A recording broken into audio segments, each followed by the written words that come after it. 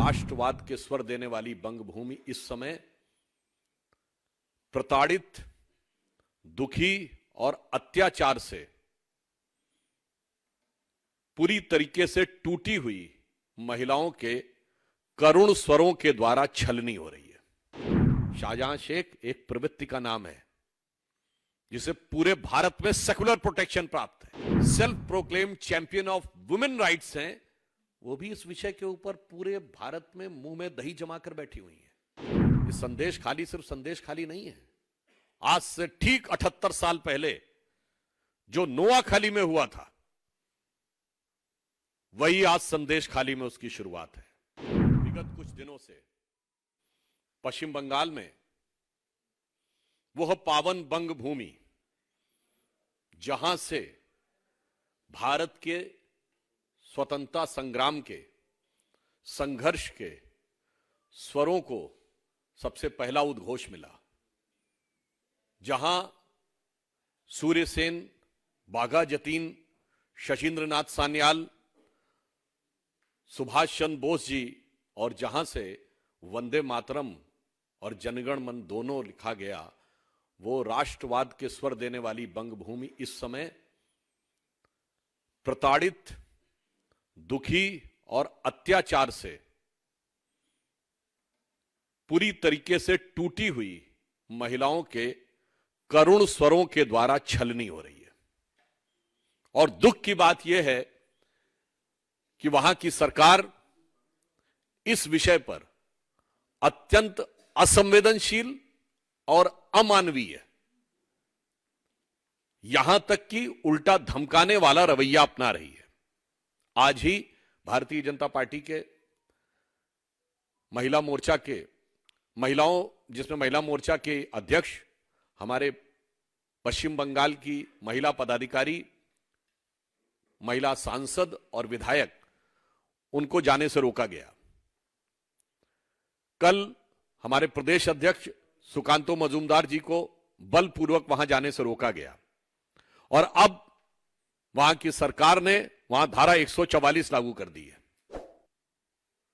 और इतना ही नहीं, मीडिया के लोग भी जो रिपोर्ट कर रहे हैं, उनको सिर्फ धमकाया नहीं जा रहा है, उन पर एफआईआर भी की जा रही है।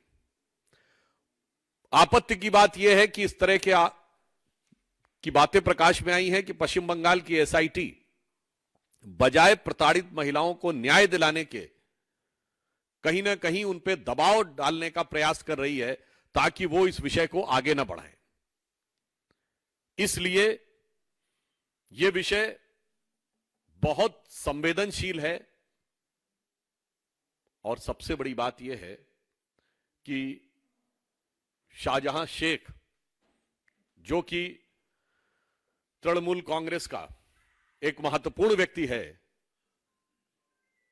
वो अभी तक गायब है। उसका मुख्य कारण जानते क्या है? कहते हैं कि साहब उसको हाई कोर्ट से प्रोटेक्शन है, जो सरासर गलत है। हाई कोर्ट का कोई भी विषय इस संदर्भ में नहीं है। महिलाओं के द्वारा शाहजहां शेख पे की गई शिकायत के बारे में न्यायालय के द्वारा किसी भी प्रकार का कोई निर्देश शाहजहां शेख के विषय में नहीं है।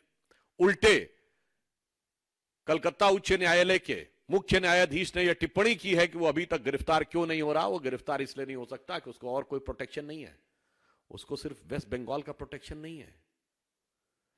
शाहजहां शेख एक प्रवृत्ति का नाम है जिसे पूरे भारत में सेकुलर प्रोटेक्शन प्राप्त है। यह एक पर्टिकुलर मानसिकता है जो कितने भी प्रकार के अपराध कर ले, आतंकवाद कर ले, दलित आदिवासी महिलाओं को प्रताड़ित कर ले, मगर उन्हें सदा सर्वदा प्रोटेक्शन प्राप्त रहता है। और उसे हम कह सकते हैं कि वह एक सेकुलर प्रोटेक्शन है, क्योंकि पश्चिम बंगाल की सरकार, यहां पर सिर्फ हिंदू मुस्लिम का सवाल नहीं है।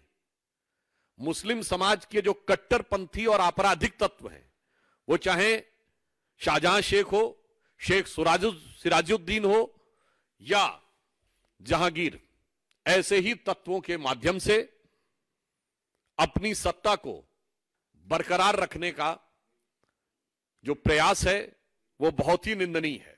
यहां मैं एक बात और कहना चाहता हूं, यह घटना इसलिए और अधिक हृदय विदारक है कि ये जो तथाकथित सेकुलर दल हैं ये तो नहीं बोल रहे हैं, समझ में आता है, क्योंकि इनके लिए महिला का दर्द पहले वोट के तराजू पे तौला जाता है कि कौन सा तगड़ा वाला वोट बैंक है, उसके बारे में बोलना है या नहीं बोलना है।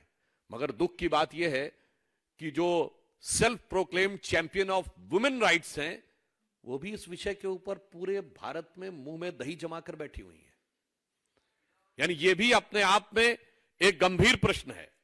और उससे दुखद बात यह है कि तृणमूल कांग्रेस के नेता इस विषय के लिए नौटंकी जैसे शब्दों का प्रयोग करते हैं। मैं एक बात कहना चाहता हूं कि संदेश खाली एक घटना नहीं है, एक फिनोमिना है। जो लोग कहते हैं ना कि इतिहास को भूल जाओ, तो मैं याद दिलाना चाहता हूं, यह एक फिनोमिना है जिसने बंगाल को पिछली शताब्दी और उससे पहले की शताब्दी से भी बर्बाद किया है। एक जनश्रुति है बंगाल में कि सिराजुद्दौला के जमाने में इसी प्रकार की घटनाएं होती थीं, महिलाओं को उठा लिया जाता था और उनके साथ बदसलूकी की जाती थी। और मैं यह भी याद दिलाना चाहता हूं, ये संदेश खाली सिर्फ संदेश खाली नहीं है। आज से ठीक 78 साल पहले जो नोआखाली में हुआ था, वही आज संदेश खाली में उसकी शुरुआत है। 16 अगस्त 1946 को जब बंगाल के तत्कालीन मुख्यमंत्री शहीद हुसैन सोहरावर्दी ने पूरे पुलिस प्रोटेक्शन में हिंदुओं का नरसंहार कराया था, जो सोहरावर्दी ने किया था, उसी नक्शे कदम पे ममता बनर्जी है। तो नोआखाली से लेकर संदेश खाली तक ये बंगाल के दर्द की एक दर्दनाक दास्तां है, जो सिर्फ इस बात पर प्रेरित है कि 46 में भी ये सोचते थे कांग्रेस के नेता कि चुप बैठे रहो, बस हमारा अभी का राज बचा रहे, आगे बंगाल को जो होना है वो हो जाने दो, और बंगाल आधा चला गया हमारे हाथ से। आज वही मानसिकता है कि कट्टरपंथी आपराधिक तत्वों को संरक्षण दिए रहो, फिलहाल की अपनी सत्ता बचाए रखो, भविष्य में जो होना है वो होता रहे। इसलिए यहां पर जो लोग कार्रवाई नहीं कर रहे हैं और जो मौन समर्थन दे रहे हैं, उनके लिए मैं कहना चाहूंगा कि समर शेष है नहीं पाप का, भागी केवल व्याध। व्याध समझते ना, कसाई। समर शेष है नहीं पाप का, भागी केवल व्याध, जो तटस्थ है समय लिखेगा उनका भी अपराध।